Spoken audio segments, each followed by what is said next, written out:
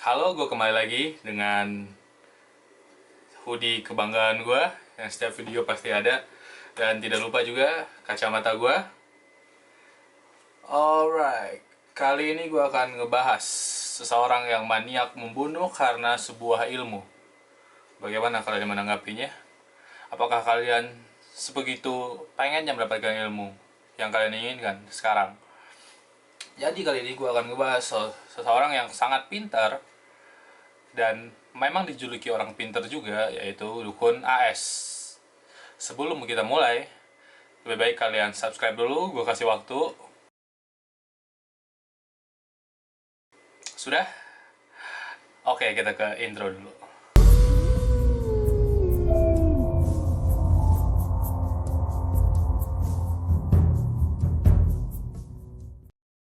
Alright, kali ini gue akan membuka topik pembicaraan gue dengan awal kemunculan si Suraji di dunia ini.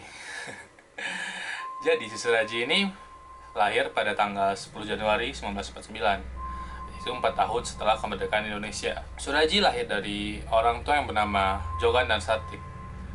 Jogan ayahnya dan Satik ibunya. Si Suraji telah ditinggal oleh ayahnya pada umur 7 bulan. Jadi si Suraji telah menjadi yatim pada umur 7 bulan. Lalu si Suraji berganti nama menjadi Nasib Kelewang.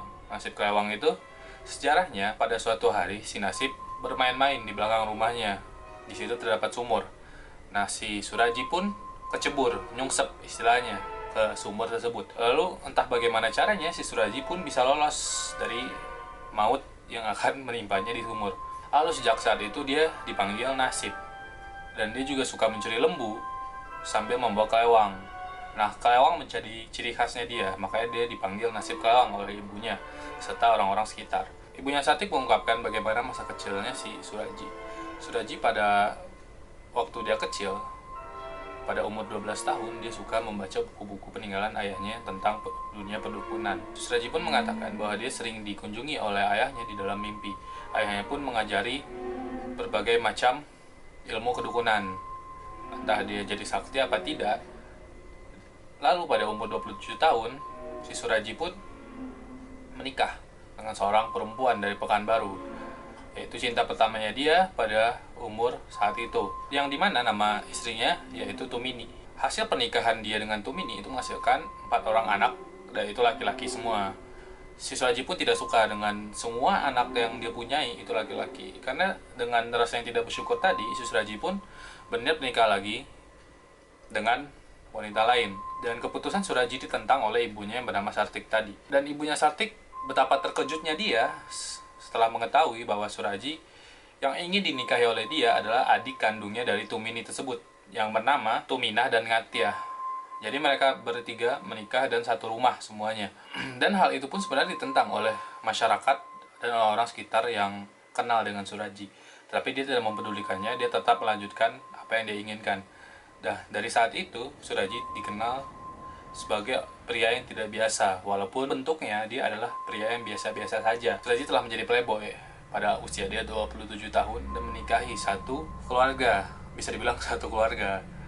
Jadi adanya tidak berkesempatan untuk mendapatkan jodoh yang lain. Lalu gue juga nggak habis pikir kenapa bisa ya. Apakah Tumini tidak mempunyai orang tua? Apa gimana, gue juga nggak paham. Lalu setelah dia menikah, Suraji pun berganti nama.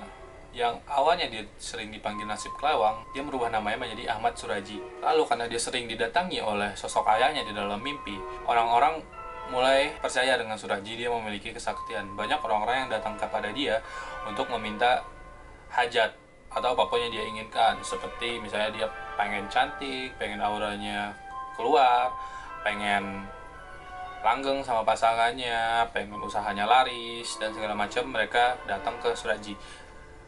Karena banyaknya orang yang datang, orang menyebut dia sebagai datuk. Bisa dibilang orang-orang mulai menganggap dia sebagai dukun yang tersohor di kota Medan pada saat itu, atau di kampungnya dia. Lalu Ahmad Suraji pun didatengin oleh sosok ayahnya lagi pada suatu malam.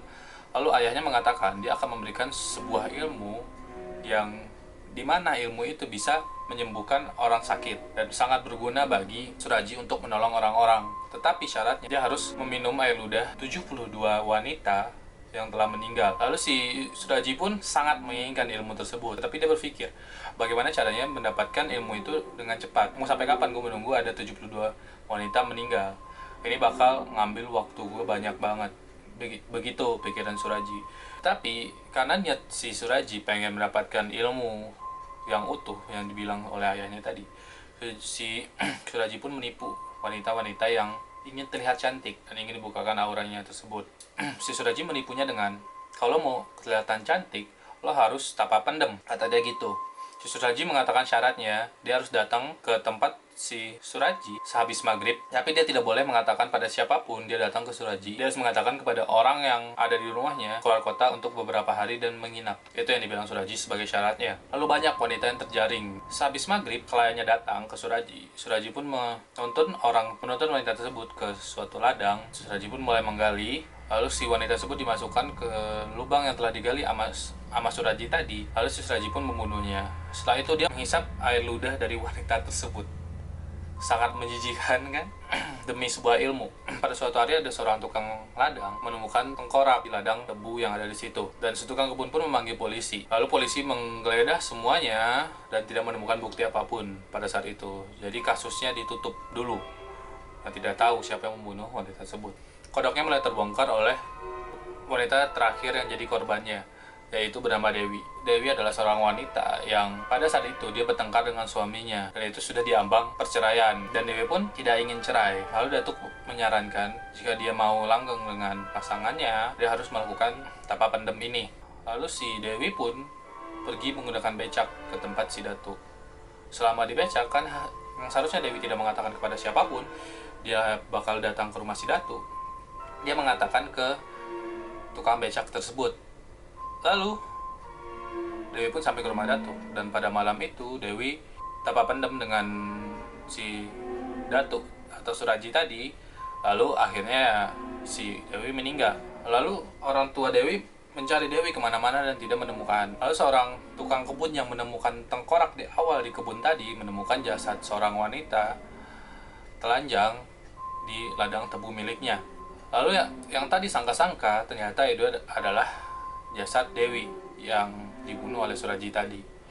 Orang tua dari si Dewi pun menuduh suami dari Dewi yang bernama Tumin yang merupakan suami dari Dewi karena mereka bertengkar. Lalu polisi pun mengamankan Tumin, tapi polisi tidak langsung mengamankan Tumin dan menetapkan Tumin menjadi tersangka.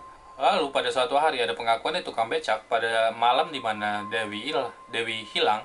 Dia mengantarkan Dewi ke rumah Datuk. Lalu polisi pun cepat-cepat ke rumah Datuk, menggeledah semua yang ada di rumah Datuk. Dia menemukan baju yang digunakan Dewi serta barang-barang berharga milik Dewi. Selain dia membunuh, dia juga mengambil barang-barang berharga milik kliennya. Awalnya Suraji mengaku dia cuma membunuh 16 sampai ditanya-tanya terus berapa. Jadi Suraji ngaku dia telah membunuh 42 wanita. Dan dia mengungkapkan dia melakukan itu untuk menyempurnakan ilmu yang telah diberikan oleh ayahnya, yaitu adalah syaratnya. Itu kan beritanya sudah mulai blow up kemana-mana, semua udah pada tahu bahwa dukun ini membunuh 42 gadis atau wanita. Lalu pada saat persidangan Suraji pun divonis dihukum mati. Lalu semua yang menonton tepuk tangan bla gitu. Sidang itu banyak banget yang datang. Polisi pun sampai berjaga-jaga. Siapa tahu ada yang mau nonjok dia ya kan, ada yang mau anarkis atau gimana-gimana.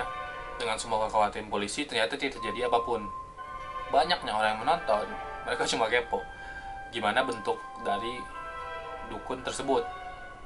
Lalu setelah 9 tahun di penjara, pengumuman bahwa Suraji akan divonis mati pun datang.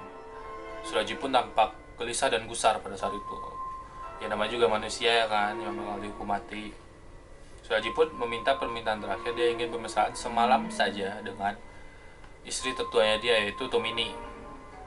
Yang dimana Tumini ternyata ikut dalam rencana si Suraji membunuh 42 wanita tadi. Lalu permintaan Suraji diperbolehkan oleh polisi Dan pada tanggal 10 Juli 1998, vonis untuk Surajih, yaitu vonis mati, dilakukan. Surajih dihadapkan oleh 12 regu tembak yang akan memvonis dia mati. Dor! 3 peluru bersarang di dadanya Surajih. Dan itulah akhir dari dukun AS atau Ahmad Surajih.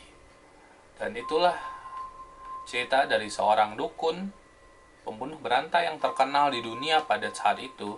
Semua media meliput dia dan terkenal di mana-mana karena kekejamannya, dan rantainya tidak pernah putus sampai 42 wanita. Bangga, itu sangat pintar. Cukup buat video kali ini. Thank you yang udah nonton sampai beres. Jangan lupa di subscribe, like, dan share video gua. Jangan lupa dukung gua terus dan follow Instagram gua, Muhammad Agib. Kita akan berjumpa lagi di next video gua di channel Agib. Oke, thank you, bye.